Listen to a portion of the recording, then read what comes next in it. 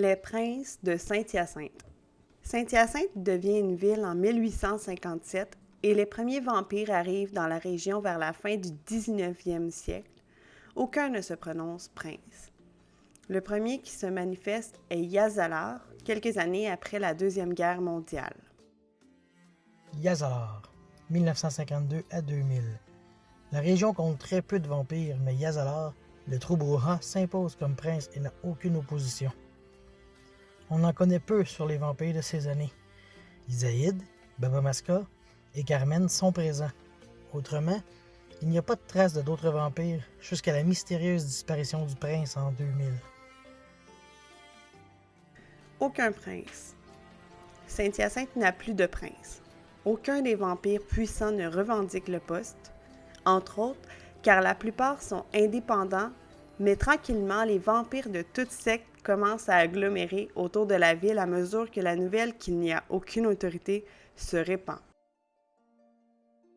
Jules, 2017-2018.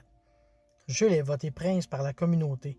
Son règne est très chaotique malgré que lui soit quelqu'un d'assez traditionnel. La présence d'un samedi, Christopher, éveille les soupçons qu'il y a quelque chose de bizarre dans cette partie de la province, ce qui attire religieux et hunters en région mascoutaine.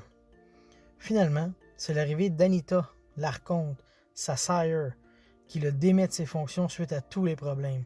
Elle met en place Gaspard Chapdelaine. Gaspard, 2018. Gaspard Chapdelaine monte donc sur le trône avec la bénédiction de l'archonte Anita suite à une quantité impressionnante de bris de mascarade l'année précédente. Il est nommé pour rétablir le tout. Malheureusement pour lui, les Kindred sont indisciplinés et l'arrivée d'un démon n'aide en rien son règne.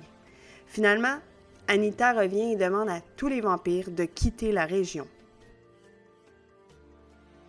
Colton, 2020. Un an plus tard, Colton Clifford est envoyé avec une nouvelle cuvée.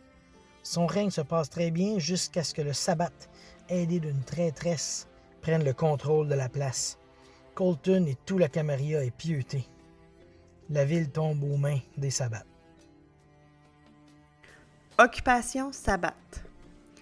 La solide PAC Sabbat des Los Latinos tient Saint-Hyacinthe en otage et s'amuse ouvertement sur le territoire. Les Nosferatu, bien cachés, écrivent à Québec et demandent une force pour les aider à déloger les Sabbats. Québec renvoie Gaspard et quelques autres pour venir confronter les Los Latinos. L'opération est réussie, la Camarilla reprend contrôle de Saint-Hyacinthe. Retour de Gaspard, 2021.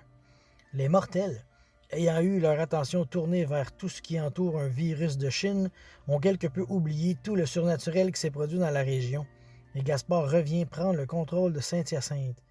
Par contre, une prophétie plane.